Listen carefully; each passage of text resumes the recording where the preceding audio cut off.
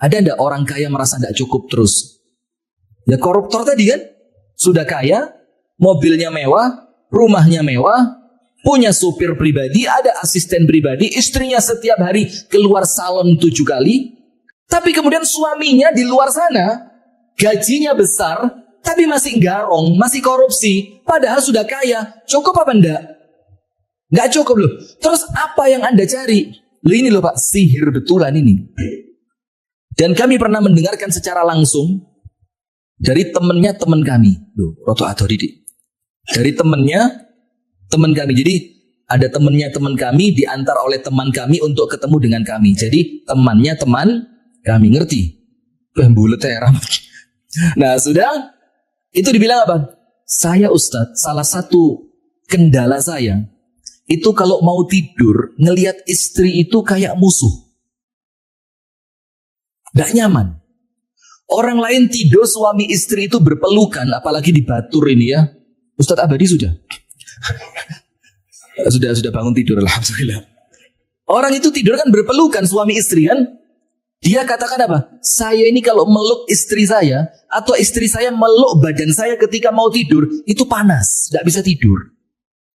Dan ternyata kita panggilkan teman kami yang lain. Berarti ini temannya teman kami berobat dengan teman kami yang lain lagi, Ustadz Abu Hilal. Kita panggilkan teman kami untuk diruqyah. Subhanallah, ternyata betul ada kiriman sihir. Ada kiriman apa? Sihir. Jadi sihirnya Harut dan Marut itu paling top bikin suami istri cerai. Tapi sihir yang satu ini yufarriqu ma bainal 'abdi wa rabbih. Bukan memisahkan suami istri, bukan memisahkan anak dari orang tua, bukan memisahkan seorang guru dari muridnya, bukan memisahkan seorang ustadz dari jamaahnya. Tapi apa? Yufarriqu ma bainal 'abdi wa rabbih. Memisahkan seorang hamba dari Tuhannya. Saya mau tanya sama panjenengan. Jawab nggih. Kalau subuh ini memang roto angin memang. Jawab nggih. Nggih. Koyo iso ae. Begini. Mana yang lebih berbahaya? Terpisahnya seorang suami dari istrinya atau seorang istri dari suaminya dibanding terpisahnya antara seorang hamba dengan Tuhannya. Mana lebih bahaya? Nomor 1 atau nomor 2? Nomor 1 apa nomor 2? Nomor 2. Kita ini pisah dengan istri. Golek mana? Loh, serius iya apa enggak? Istri Anda pun yang berpisah dari Anda, dia juga bakal apa? Menikah lagi. Kalau memang dalam usia yang masih bisa menikah, pantas nikah gitu loh. Tapi ketika yang terpisah seorang hamba dari Tuhannya, siapa yang bisa mengembalikan dia? Jadi katanya para ulama, hati-hati dengan satu sihir yang satu ini. Yang lebih bahaya dibanding sihirnya Harut dan Marut. Harut Marut memisahkan suami istri. Sihir yang satu ini memisahkan antara seorang hamba dengan Tuhannya. Apa sihir itu? Sihrud dunya. Apa sihirnya? Sihir dunia. Saya mau tanya, ada enggak orang-orang gara-gara dunia nggak akur sama orang tuanya? Ada? Ada? Sihir atau bukan? Sihir atau bukan? Sihir. Kalau suami istri bisa pisah dengan sihir, ternyata dunia memisahkan orang tua dari siapa? Anaknya. Ada enggak keluarga akur, Masya Allah? Bertiga, berempat, berlima, satu keluarga. Ketika orang tuanya meninggal, mereka tidak akur gara-gara merasa tidak adil pembagian warisan. Ada? Sihir bukan? Sihir. Ada enggak orang yang dulu waktu masih miskin, blater banget. Blater ngerti kan? Orang Batur paham blater. Blater itu sama orang lain itu penaan gitu loh. Mudah menyapa, ramah, gampang akrab, murah senyum, itu namanya blater. Beda dengan mester. Kalau mester itu lantai yang terbuat dari semen, itu namanya mester. Kalau ini apa? Blater. Kalau sebelah sini batur. Teruskan aja kartoloan ya, gak mandek-mandek ya nanti. Nah sudah. Maka lihat, ada orang yang ketika miskin, Masya Allah, sama orang lain itu sopan banget. Ketemu, mengucapkan salam, assalamualaikum, diundang, datang, tetangganya kesusahan, bantu, dengar adzan, ke masjid. Iya enggak? Setelah jadi camat, kok Pak Camat? Astagfirullah, enggak Pak Camat, maaf. Waduh, saya takut ini.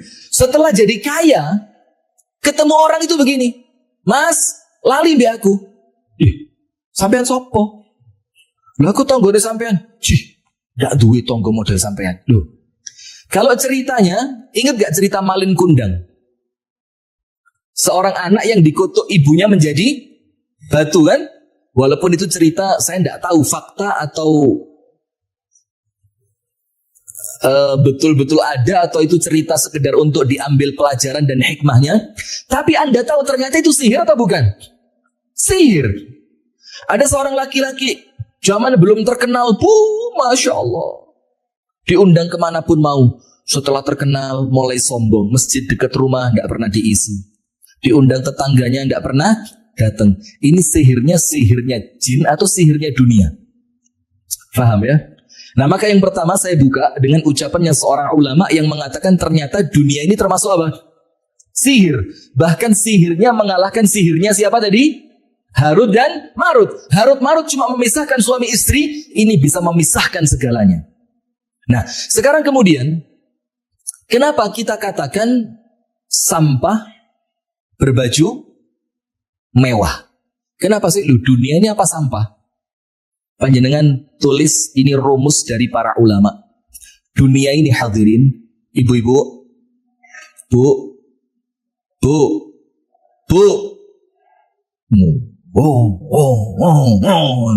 ngegas kayak orang naik motor trail.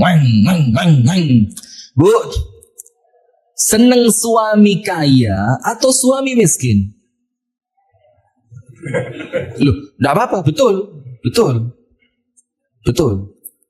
Laki-laki senang istri kaya atau istri miskin? Kaya. Seorang anak senang orang tua yang kaya atau orang tua yang miskin? Orang tua senang anaknya kaya atau anaknya miskin? Kaya. Pertanyaannya, apakah kaya jamin Anda bakal bahagia? Lah bulat. Baleni, ibu-ibu, senang suami kaya atau miskin? Para suami, enggak usah ditambahi kaya tapi soleh, ustadz lah. Bapak-bapak, senang istri kaya atau istri miskin? Orang tua senang anak kaya atau anak miskin? Anak senang orang tua kaya atau orang tua miskin? Terus yang Anda cari dari kekayaan apa? Kenapa kok milihnya kaya? Kenapa milihnya kaya terus? Anda cari apa dari kekayaan itu? Jawab. Coba Anda membayang no kaya itu Anda kepingin apa sih? Biar susah. Ya apa sih kaya kok biar susah? Coba. Tercukupi. Kalau sudah tercukupi, hati merasa apa? Nyaman, tenang, mau kemanapun bisa, mau makan apapun bisa, mau rekreasi kemanapun bisa, kan begitu? Sekarang saya mau tanya, ada enggak orang kaya enggak boleh makan macam-macam? Nah terus,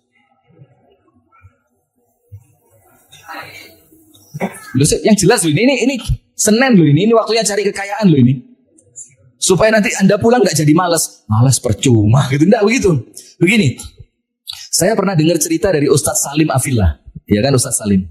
Ustadz Salim itu cerita, beliau lagi diundang pengajian di luar pulau, karena waktu itu tiket pesawat ekonomi habis, sementara beliau harus berangkat, maka terpaksa membeli tiket pesawat bisnis. Jadi bisnis itu pesawat yang kursinya lebih besar, letaknya di depan, pas di belakangnya pilot, pramugarinya juga lebih. Enggak. Bisnis itu pramugarinya wis sepuh-sepuh, senior. Iya, serius. Jadi kelas bisnis itu pramugari yang senior. Maka kalau saya sarankan sing ekonomi aja, lebih seger. Nah, sudah. Maka Ustadz Salim masuk. Duduk di sampingnya seorang laki-laki. Ketika pesawat mulai take off itu miber. Pesawat mulai naik, sampai di atas, mulai kan, karena pesawatnya pesawat yang mahal, bisnis, kelasnya bagus, mulai ditawari, minum apa Pak? Begitu kan. Bapak mau makan apa? Snacknya apa? Kan begitu ditawari. Ustadz Salim, sirup, sirup. Nasi goreng, nasi goreng. Mau kacang Pak? Kacang. Mumpung bisnis. Mau kapan lagi kan begitu? Semua diterima. Sementara laki-laki sebelahnya, Pak sirup, enggak, air putih. Pak nasi goreng, kepikiran, ini minyaknya banyak. Enggak, roti tawar saja. Ditawari, Pak kacang. Kepikiran apa? Waduh, kolesterol. Enggak, kasih apalah. Ya yang penting ada kecap-kecap selain kacang. Ustaz Salim mulai bingung. Ini pesawat dia tiketnya mahal. Lah kok enggak dimanfaatkan? Sirup ditolak, minta air putih. Nasi goreng ditawarkan karena kepikiran minyak, minta roti tawar. Ustaz Salim mulai kenalan. Bapak siapa, dari mana, segala macam. Ternyata salah satu direksi BUMN. Yang artinya insya Allah orangnya kaya. Tapi setelah kaya, tidak bisa makan apa-apa. Itulah bedanya uang dan rezeki. Uang itu belum tentu bisa membeli rezeki. Uang itu belum tentu bisa menjadikan Anda bisa membeli makanan tapi tidak bisa memakannya. Maka karuan dapat rezeki yang lebih berkah dibandingkan sekedar dapat uang. Faham sampai sini? Nah, berarti yang tadi jawab, suami kaya, istri kaya, anak kaya, orang tua kaya. Ternyata kita tahu kekayaan belum tentu mendatangkan apa? Kebahagiaan. Sekarang antum bilang cukup tadi kan, supaya serba tercukupi. Ada enggak orang kaya merasa enggak cukup terus? Ya koruptor tadi kan, sudah kaya, mobilnya mewah, rumahnya mewah, punya supir pribadi, ada asisten pribadi, istrinya setiap hari keluar salon 7 kali, yo salon mobil, yo salon segala macam, keluar salon 7 kali, tapi kemudian suaminya di luar sana, gajinya besar, tapi masih garong, masih korupsi, padahal sudah kaya. Cukup apa enggak? Enggak cukup loh. Terus apa yang Anda cari? Ini loh Pak, sihir betulan ini. Sementara antum tulis, rumusnya dunia itu cuma 2. Ibu-ibu, loh balik mana? Ibu-ibu, tadi ya, sekarang mulai dalam, masya Allah. Ngingetin gih, sudah. Rumusnya cuma 2. Nomor 1, halaluhu yuhasab. Kalau panjenengan dapat dunia, dapat mobil, dapat rumah, dapat tanah, dapat sawah, dapat jabatan, dapat kendaraan mewah, semua. Kalau Anda dapatkan dari jalur yang halal, halal loh ya, kerjanya tenanan loh. Yo macul, yo jualan kentang. Ini kentang lagi mahal ya? Masya Allah Pak, pantesan kok senyumnya beda dari sebelumnya ini. Sudah, yuk kerja jualan kentang, jualan obat, jualan bibit. Atau mungkin dia menjadi perantara terjualannya kentang. Kerjanya halal, sampai jadi orang kaya. Halal enggak? Halal. Walaupun halal, yuhasab.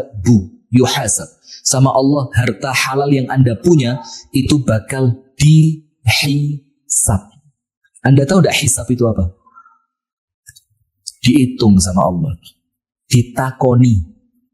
Tukune tekondi, duwi sopo, kanggo digawe opo, kanggo ni mungping piro.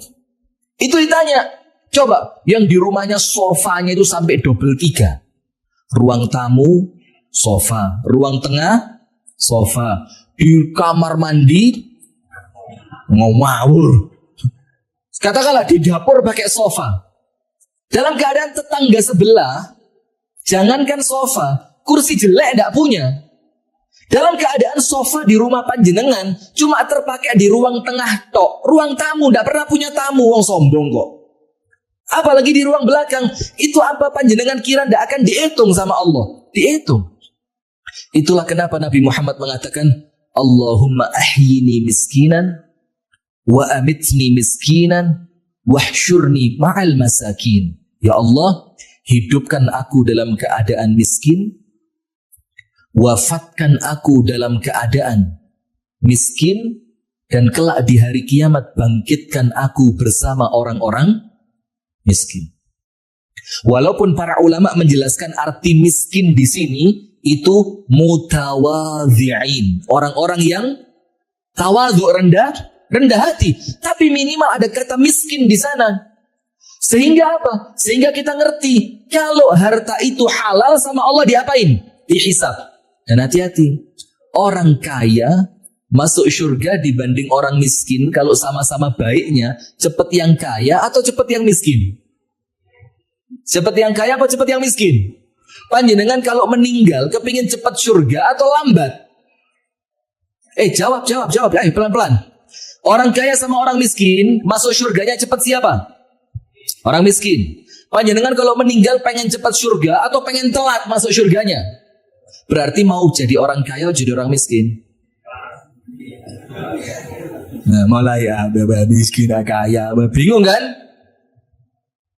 Nggak usah bingung, miskin nggak apa-apa, yang penting cukup. Yang penting cukup. Karena apa? Kalau panjenengan kaya, belum tentu dengerin saya ceramah. Kalau panjenengan kaya, belum tentu subuhan di At-Taqwa Batur ini. Kalau panjenengan kaya, belum tentu panjenengan setiap hari ketemu istri ada di rumah. Iya enggak? Nah, maka dikatakan orang kaya masuk surganya lebih telat dibandingkan orang miskin. Kenapa orang kaya masuk surganya telat? Hartanya banyak, hisabnya panjang. Sementara hisab itu tahu kan kita ini? Di bawah terik matahari yang matahari cuma sejengkal di atas kepala, antri jutaan miliaran orang dalam keadaan bingung bakal selamat atau celaka. Itulah dunia ini. Yang ketika hisab itu semuanya ketakutan sampai Rasul katakan apa? Manukishal hisab uzib. Orang-orang yang hisabnya ruwet, sama Allah ditanya, dapat dari mana? Dapatnya caranya bagaimana? Dipakai untuk apa? Hisabnya itu oleh Allah diruwet-ruwet. Apa kata Rasulullah? Uzib, pasti masuk neraka. Ya Allah, itulah kenapa kita doa kan setiap selesai baca surat Al-Ghashiyah. Inna ilayna iyabahum thumma inna alayna hisabahum. Itu doa sama Allah. Allahumma hasibni hisaban yasira. Ya Allah, tolong ya Allah, kalaupun hambamu ini harus dihisab, hisablah hamba dengan hisab yang ringan. Kita minta sama Allah, kita takut. Hisab itu berat sekali. Sampai Nabi Muhammad saja doa, Allahumma hasibni hisaban yasira. Ya Allah, kalaupun harus hamba ini dihisab, maka hamba minta hisabnya itu yang apa? Ringan. Bagus lagi kalau kita masuk surga tidak pakai hisab. Amin ya rabbal alamin. Itu yang pertama, rumusnya harta. Halaluhu yuhasab. Halalnya sama Allah diapain? Dihisab. Sementara sebaliknya, wa haramuhu, kalau halal saja ngerepotin, apalagi haram. Coba diingat, non sewu. Pernah enggak keinget? Pernah nyantol di telinga kita harta yang haram?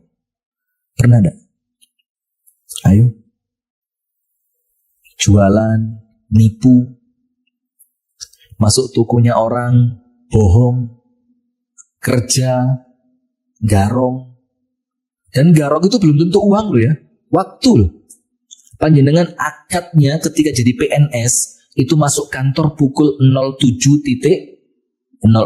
Ternyata Anda baru masuk kantor jam 7.30. Nyuri enggak? Terus apa Anda kira itu sama Allah enggak dihitung? Ayo PNS angkat tangan. Sebelum saya suruh angkat kaki nanti. Coba, itu dihitung. Coba mobil dinas yang platnya itu warna ungu kemerah-merahan itu loh. Kok ungu ya? Itu kan mobil digunakan untuk apa? Kerja dinas kan? Tapi kemudian ditutupi pakai plat nomor warna hitam. Dan saya pernah lihat dengan mata kepala saya sendiri. Mobil plat merah itu ketika jalannya kan rodok geronjal-geronjal gini. Itu nampak di depan kita platnya hitam. Ketika mobil itu terhentak oleh lubang yang besar, dua gitu. itu merahnya, hitamnya jatuh. Gue, yuk, apa? Saya mau rekam, takut malah dituntut. Gak direkam iki kok empaning guyokno. Di Batur model begitu ada. Di Batur yang plat merah ditutup hitam itu ada.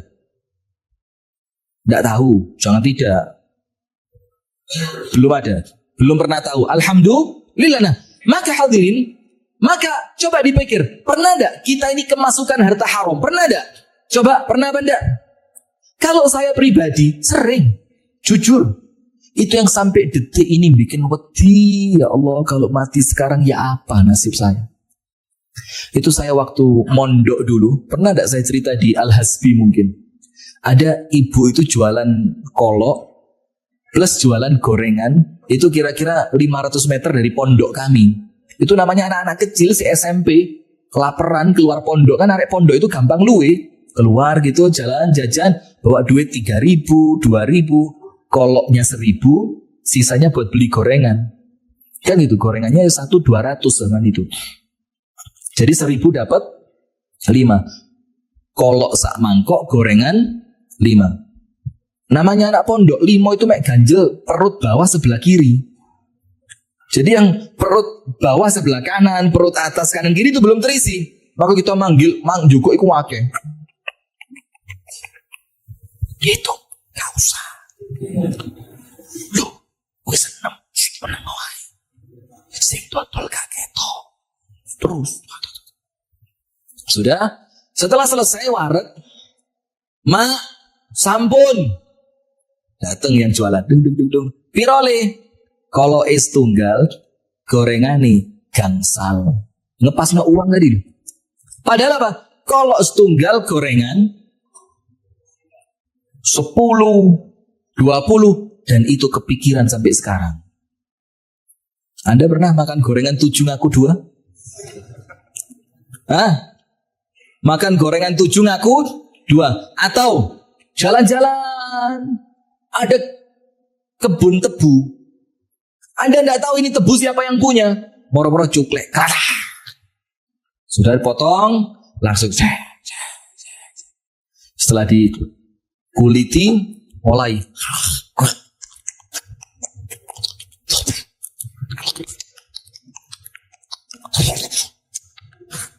Kok selamat gak keleleken ampas tebu ini orang ini kan? Kalau keleleken ampas tebu like ngomong mari ngebas itu. Assalamualaikum warahmatullahi. Susah gitu. Coba pernah tidak model begitu? Walaupun belum tentu tebu, ya bisa jadi jambunya tetangga, bisa jadi mangga. Ini ibu-ibu beli mangga 1 kilo, ngicipine 2 kilo. Iya enggak? Beli duku tahu duku? Duku berapa sekilo? 25.000. Wah, larang eram. Nyenyang itu mbek mangan. Larang eram selawe. Terus pura-pura tanya yang lain. Salah piro salah? Lek salah 8.000. Oh, salah lah. Ini tangannya gak mandek. Lah iku semongko. Semongko niku per kilone 3.000. Wah, larang kabeh. Wis krasa wareg. Ya wis ya, meneh ae. Loh, ini kalau saya yang jualan, saya ambil durian ini. Tak kasih hadiah durian di atas kepalanya ini. Ya apa ini ngenyang durung beres, wah petenge wis wareg. Nah, maka harta itu halalnya dihisab, haramnya di azab. Dan panjenengan jangan bayangkan azab itu enteng seperti orang-orang Yahudi. Orang-orang Yahudi itu mengatakan apa? Lan tamassana naru illa ayyaman ma'dudah. Kami tidak akan disentuh api neraka Allah paling mek 3 dino. Paling mek petang dino. Nah itu hati-hati. Nah sekarang hadirin, setelah kita ngerti apa itu hakikatnya harta, halalnya dihisab, haramnya diadab. Saya tutup dengan satu hadis. Kenapa saya bilang sampah berbaju mewah? Saya bacakan hadisnya. Diriwayatkan dari sahabat Jabir ibnu Abdillah. Ini supaya panjenengan kalau lihat wong sugih itu gak gumunan gitu loh. Gumun tahu ya? Paham ya? Biar kalau lihat orang kaya itu gak Kalau kami di Malang lihat orang kaya atau lihat sesuatu yang mengagumkan sebelum ngerti agama gitu ya, atau sebelum banyak pengajian, itu kalau orang Kediri bilangnya janpeh. Kediri janpeh. segala macam. Kalau orang Malang, WI, gitu. Ngerti WI? WI, kepentingan rek, gitu. WI, api rek. Kalau Batur apa? Masya Allah, gaya toh Batur.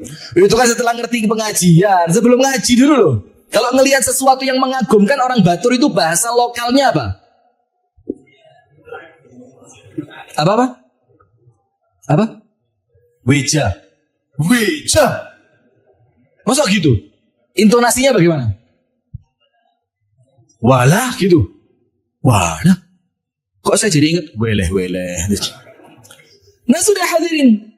Sekarang supaya panjenengan kalau lihat orang kaya ndak nggumun dan tidak terlalu berobsesi menjadi orang kaya. Kita ini kaya miskin ndak jadi masalah karena inna akramakum indallahi atqakum. Yang Allah cari itu orang yang takwa. Kalau sudah takwa mau kaya alhamdulillah, miskin pun ndak masalah. Itu kalau sudah takwa. Sampai kemudian Ibnu Qayyim itu membahas di dalam kitabnya itu lebih bagus mana orang kaya pinter bersyukur, kaya tapi pinter bersyukur, dan orang miskin yang pandai bersabar yang paling takwa kepada Allah. Itulah Rasul katakan la bas bil ghina. Anda tahu artinya la ba'sa bil ghina? Masya Allah. Rasulullah cuma bilang kaya itu apa? Kaya itu cukup tidak apa-apa. Tidak apa-apa tok gitu loh. Tidak ada kemudian kalau bisa harus. Atau bikin seminar 7 hari menjadi orang kaya. Ngerampok. 7 hari kaya itu tuh kan ilmu nih. Saya ikut duluan itu. 1 jam bisa membaca Al-Quran. Metode titik-titik. Pret. 1 jam bisa baca Quran itu. Lawang saya ini belajar Iqra itu. Iqra 1 sama teman-teman banyak. Teman saya naik Iqra 2, saya tidak naik. Itu makan waktu 4 bulan, gak munggah. Saya naik Iqra 2, teman saya naik Iqra 3 kan. Ketika teman saya naik Iqra 4, seharusnya kan saya naik Iqra 3. Enggak, saya turun balik Iqra 1 lagi. Ketika teman saya selesai turutan, bisa baca Quran, kan wisuda. Teman saya wisuda, saya penggembira bagian nyanyi perdamaian, perdamaian. Dan ini wallahi cerita betul ini. Jadi teman-teman saya wisuda, saya penggembira. Perdamaian, itu serius. Ini makan waktu kurang lebih 2 atau 2 tahun setengah. Gak iso ngaji. Loh ini 1 jam mahir baca Quran, ini ilmu nih sopo.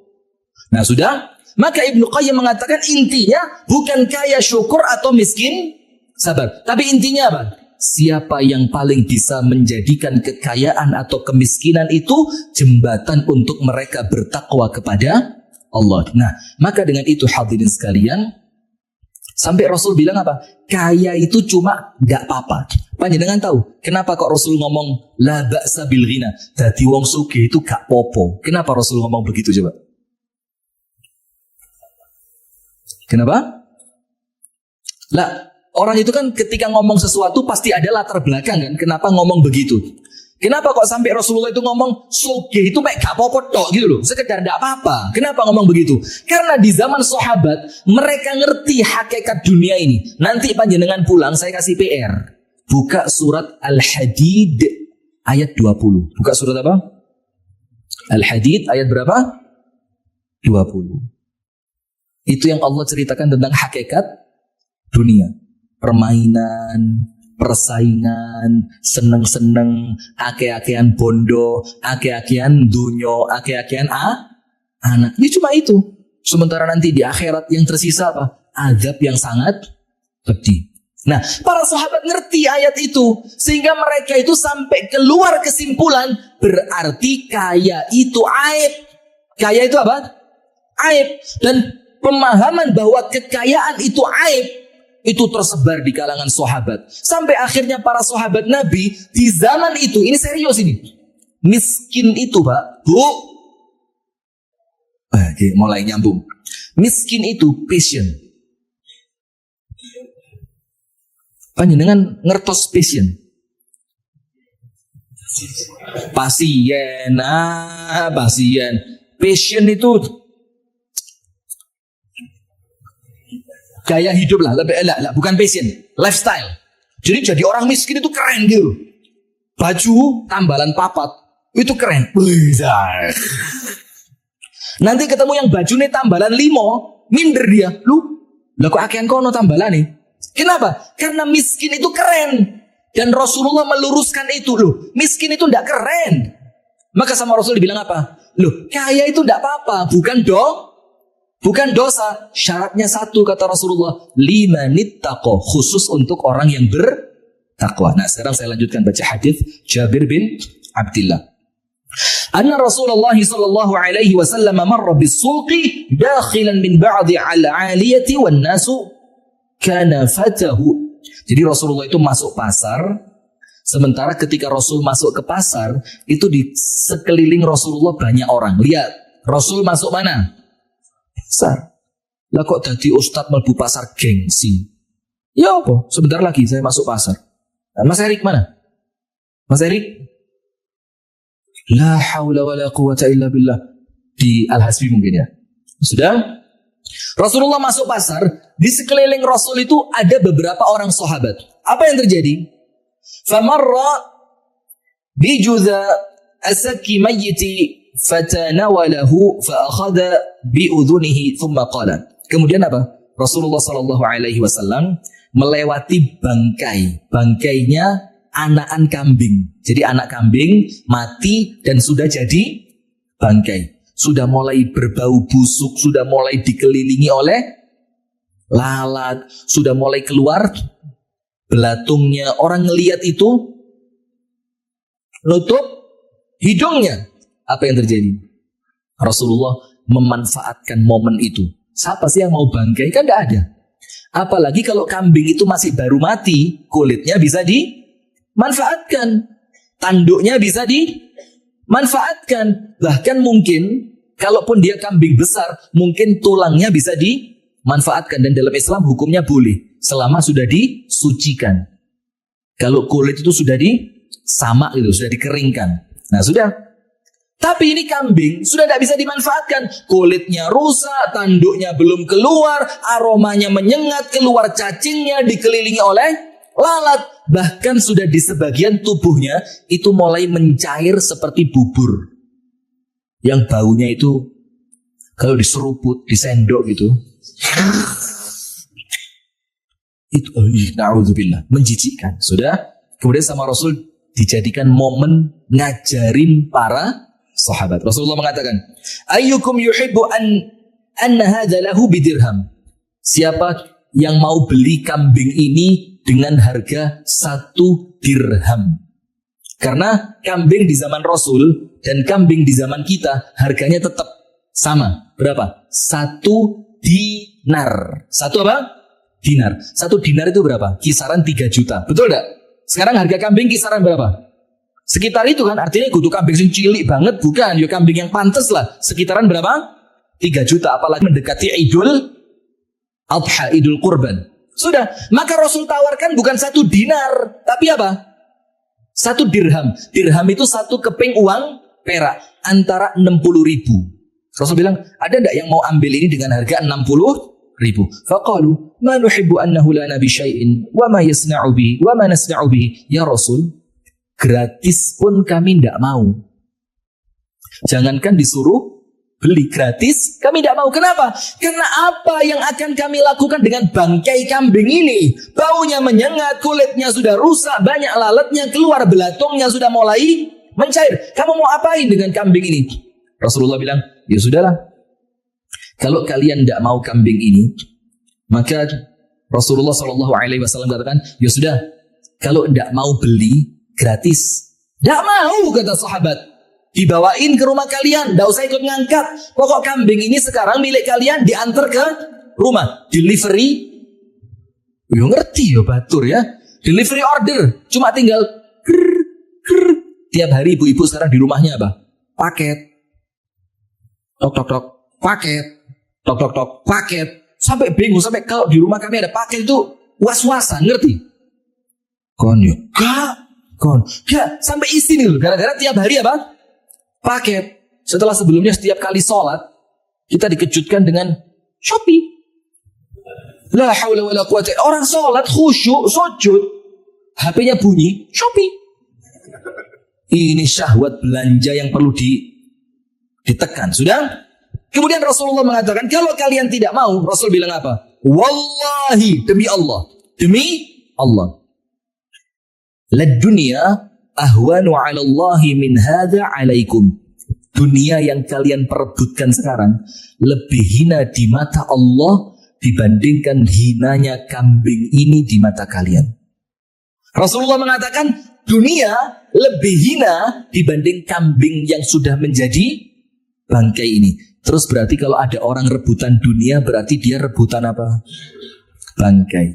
Kalau ada orang tidak akur dengan saudaranya gara-gara dunia, berarti dia tidak akur gara-gara bangkai. Tapi dunia ini dihiasi oleh setan. Sampai dikatakan oleh Rasulullah, inna dunya hulwatun khadirah. Dunia ini rasanya manis, warnanya hijau. Itu kalau belum dimiliki, karena dunia itu hanya indah ketika panjenengan belum punya. Kalau sudah punya, biasa. Nah, itulah hadirin sekalian, sekedar pembuka di pagi hari ini ya. Yang kita sampaikan adalah sampah berbaju mewah. Nampak luarnya mewah, hakikatnya sampah. Kenapa? Karena kalau tidak digunakan untuk sebaik-baiknya, nanti malah membebani di hari kiamat. Wallahu ta'ala a'lam bis-shawab. Itu yang dapat kami sampaikan di pagi hari ini. Insya Allah nanti malam kita akan lanjutkan dengan pengajian yang berikutnya. Mudah-mudahan nanti malam kita akan sampaikan dengan durasi yang lebih panjang lah ya, karena memang materinya kalau nanti malam penting. Kalau pagi ini sekedar warming up. Warming up itu pemanasan saja ya. Nanti malam kita habisin ibu-ibu ini, ibu-ibu. Insya Allah nanti malam kita akan bahas penyesalan terbesarku. Artinya apa? Penyesalan-penyesalan yang Allah sebutkan di dalam Al-Quran. Tujuannya apa kita ceramahkan? Supaya kita tidak ikut menyesal. Barakallahu fikum. Kita tutup dengan doa kafaratul majlis. Subhanakallahumma wa bihamdika asyhadu an la ilaha illa anta astaghfiruka wa atubu ilaik. Kurang lebihnya mohon maaf. Assalamualaikum warahmatullahi wabarakatuh.